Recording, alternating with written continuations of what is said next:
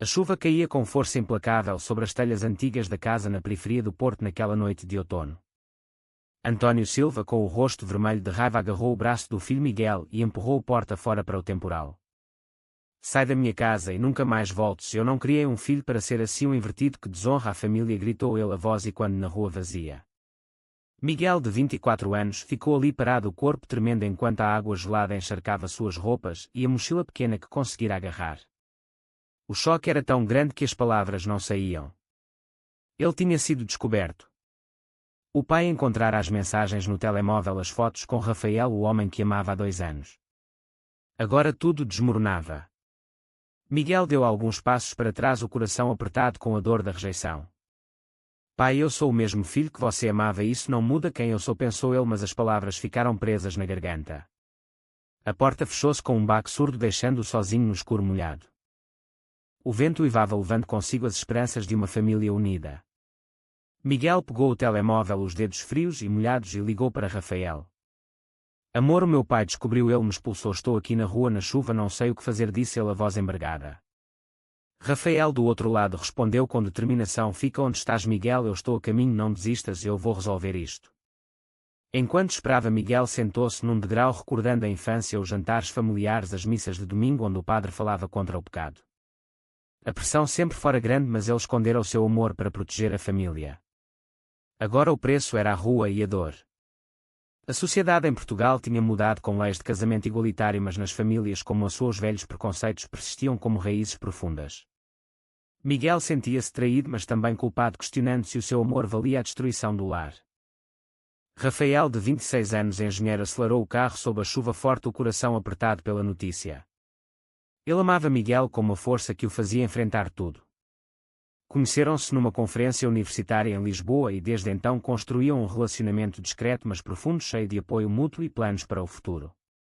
Rafael sabia dos riscos das histórias de rejeição familiar que ouvia de amigos gays. Isto não pode ficar assim, murmurou ele enquanto conduzia.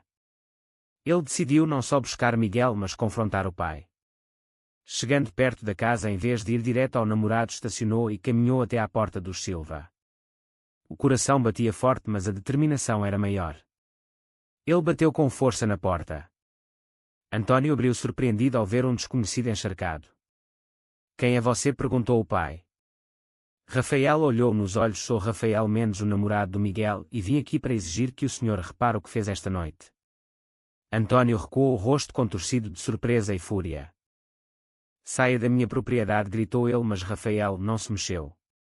O senhor expulsou o seu filho na chuva por causa de quem ele ama, mas o amor não é escolha, é verdade, e o Miguel merece uma família que o aceite tal como é, continuou Rafael, a voz firme apesar da chuva que lhe escorria pelo rosto. Dentro de casa, Maria, a mãe de Miguel, ouvia tudo, as mãos tremendo enquanto segurava um copo de água. Ela amava o filho, mas o medo do marido e da opinião dos vizinhos paralisava-a. Miguel, enquanto isso, esperava na rua, cada minuto uma eternidade de dúvida e frio. Ele pensava nas escolhas que fizera, esconder o namoro para evitar conflito. Agora via o erro, mas também via a coragem de Rafael. O preço daquela noite seria alto, talvez a perda total da família, mas Miguel começava a sentir que a sua identidade valia a luta. A conversa na porta prolongava-se, António gritando acusações de pecado e desonra, Rafael respondendo com calma lógica sobre direitos humanos e o sofrimento desnecessário. A tensão subia como a chuva que não parava. Miguel finalmente levantou-se e caminhou devagar para a casa, atraído pelos gritos distantes. Ele não sabia que o visitante misterioso que aparecera de repente estava prestes a mudar tudo. Rafael permaneceu firme na soleira da porta apesar da chuva que lhe encharcava a camisa. O senhor acha que expulsar o Miguel resolve alguma coisa, mas só cria mais dor e solidão, disse ele, a voz clara e controlada. António cerrava os punhos, o corpo tenso de raiva contida. Você não sabe nada da nossa família. Este rapaz cresceu com valores cristãos e agora vem com esta loucura, respondeu o pai, mas havia uma fresta de dúvida nos seus olhos. Maria apareceu atrás do marido, o rosto pálido e molhado de lágrimas. Por favor, António, deixa o rapaz entrar, está a chover tanto, suplicou ela, mas o marido empurrou-a para trás. Miguel chegou nesse momento, os passos lentos e hesitantes. Viu Rafael ali confrontando o pai e o coração deu um salto de alívio misturado com medo. Rafael virou-se e abraçou-o rapidamente, sem se importar com a presença dos pais. Estou aqui, amor, não te deixo sozinho, murmurou ele. António ficou paralisado ao ver o gesto. Isto é o que você chama de família, gritou ele a voz rouca. Miguel sentiu o peito apertar com a culpa, mas também com a força do apoio de Rafael. Pai, eu não escolhi ser assim, mas escolhi amar o Rafael, e isso não me torna menos seu filho, disse Miguel pela primeira vez, a voz firme apesar do tremor. A conversa moveu-se para dentro da casa a contragosto de António. Sentaram-se na sala molhados e exaustos. Rafael começou a contar como conhecera Miguel, como o amor deles crescera devagar com respeito e cumplicidade. Falou dos sonhos partilhados de um apartamento em Lisboa, de viagens e de uma vida sem mentiras. António escutava em silêncio, mas os seus olhos revelavam o conflito interno.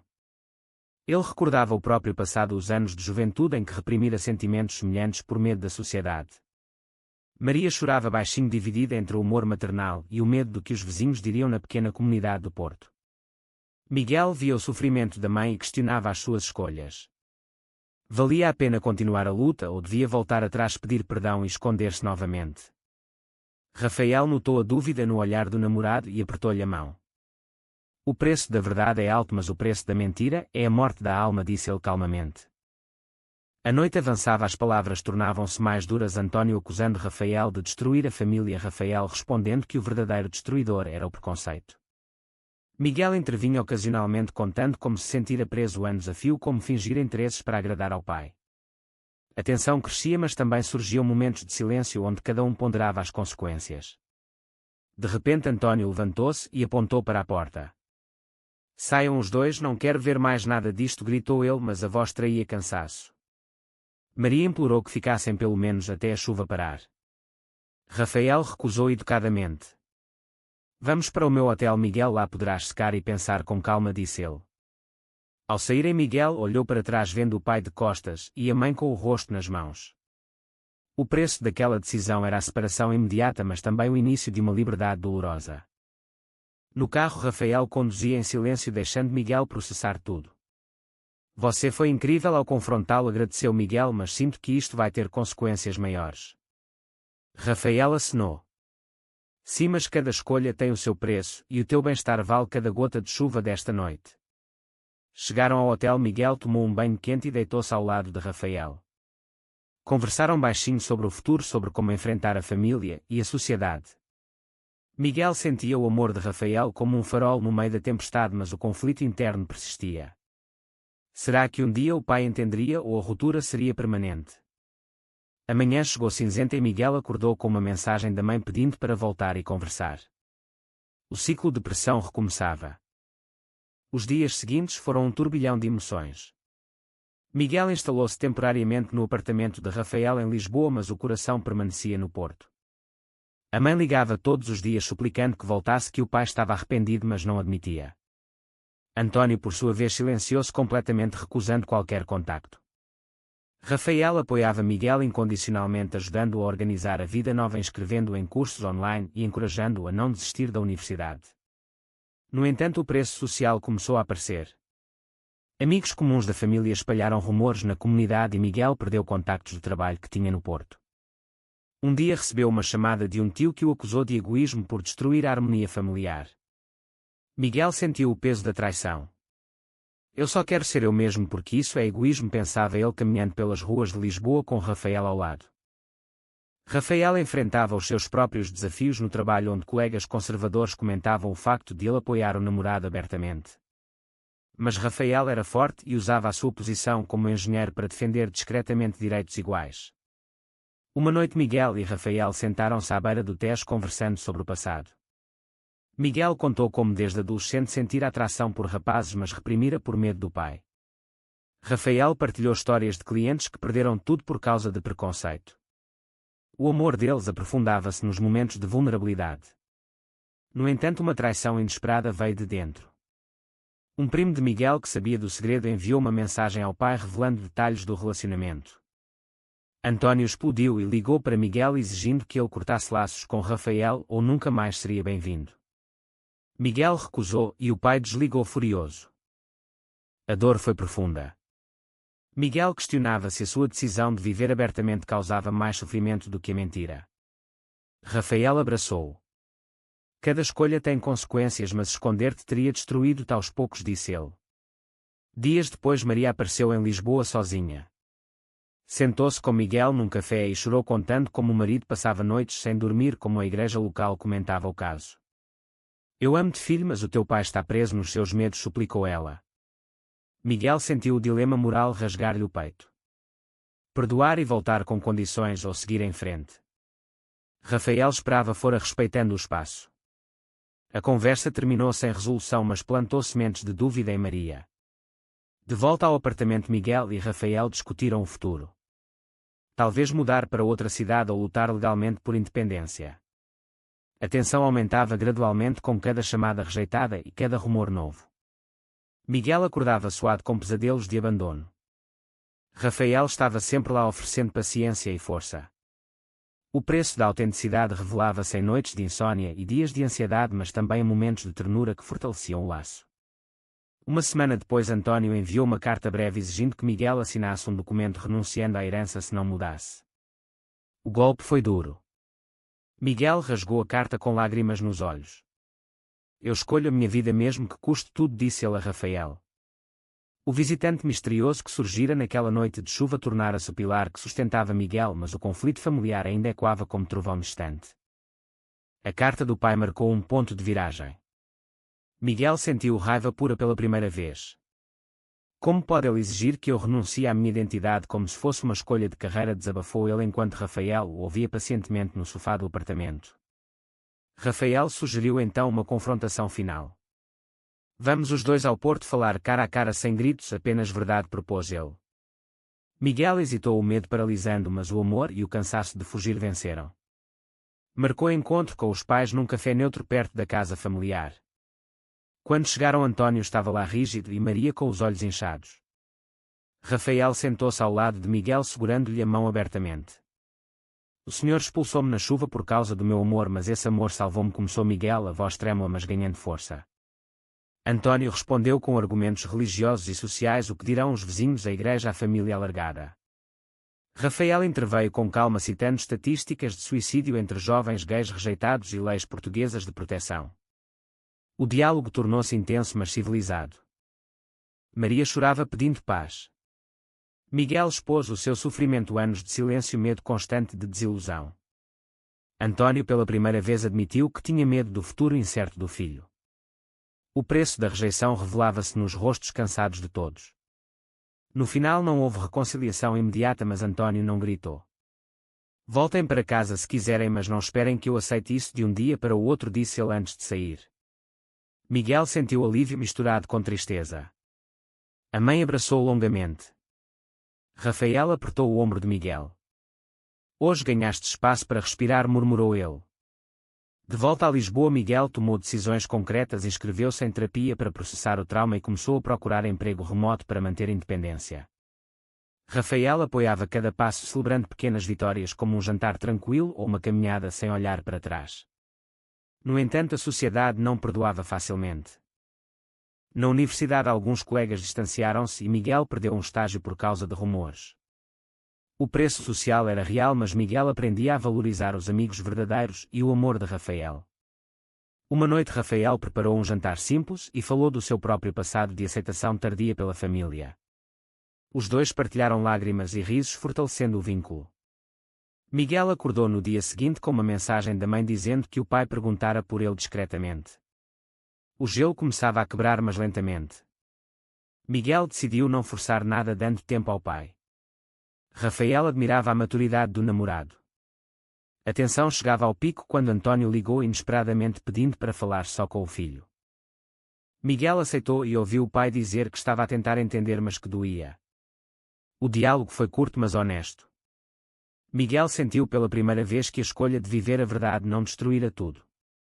O visitante misterioso que exigira justiça naquela noite chuvosa tornara-se o catalisador de uma mudança gradual. Miguel e Rafael planeavam um futuro juntos, talvez um apartamento maior no Porto para ficar mais perto, mas com limites claros. O drama revelava o custo de cada decisão, mas também a força que surgia da autenticidade. Meses passaram e a vida de Miguel estabilizava-se lentamente. Ele e Rafael mudaram para um pequeno apartamento no Porto, perto do rio, para manter laços possíveis com a família. Miguel retomou os estudos e encontrou um emprego part-time que lhe dava independência financeira. Rafael continuava o seu trabalho com dedicação, mas reservava noites para conversas profundas e apoio emocional. A mãe visitava regularmente, trazendo comida caseira e notícias discretas do pai, que ainda lutava internamente mas parara de atacar. António encontrava-se com Miguel ocasionalmente em cafés neutros, conversas curtas e cautelosas onde o pai tentava compreender sem admitir totalmente. Miguel sentia o progresso como uma vitória dura mas real. No entanto, o conflito interno persistia. Miguel questionava se perdoar completamente significava trair a sua dor ou se manter distância era egoísmo. Rafael encorajava-o a seguir o coração sem pressa. Uma traição final veio de um antigo amigo de infância que espalhou boatos na empresa de Miguel tentando sabotar o emprego. Miguel enfrentou-o diretamente, explicando que o amor não era fraqueza. O incidente reforçou a sua resiliência. Rafael orgulhava-se do crescimento do namorado. Numa tarde de primavera, António apareceu no apartamento sem aviso. Sentou-se na sala e pela primeira vez falou do seu próprio medo de falhar como pai, do peso da opinião alheia. Miguel ouviu em silêncio, lágrimas escorrendo. Eu errei ao expulsar-te naquela noite, admitiu António a voz baixa.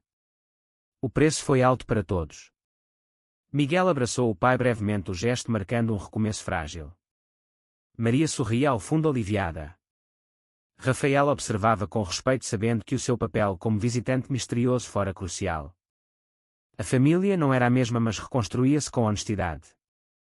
Miguel e Rafael celebraram o aniversário de relacionamento com um passeio pelo Douro onde o sol brilhava como no dia em que se conheceram. Miguel sentiu paz pela primeira vez em meses. A jornada ensinara-lhe que cada escolha tinha consequências, mas a verdade libertava. A sociedade ainda tinha preconceitos, mas o amor autêntico criava espaço para mudança. António começou a participar em sessões de conversa familiar guiadas por um conselheiro. O progresso era lento mas genuíno. Miguel aprendeu a equilibrar lealdade familiar com autoaceitação. Rafael tornara-se não só parceiro mas parceiro de vida, partilhando sonhos de casamento e talvez a adoção no futuro. O drama que começara numa noite de chuva terminava com uma esperança cautelosa. Miguel olhava para Rafael ao pôr do sol e sorria, sabendo que o preço pago valera a pena. A família aprendera que o amor verdadeiro transcendia rótulos. No entanto, o caminho adiante ainda guardava desafios, mas juntos enfrentariam tudo. Miguel refletia sobre as lições de perdão, justiça e identidade. A vida continuava com os seus altos e baixos, mas agora com clareza. Acha que é certo um pai expulsar o filho de casa por causa da orientação sexual dele, mesmo que isso cause sofrimento profundo a todos, certo ou errado?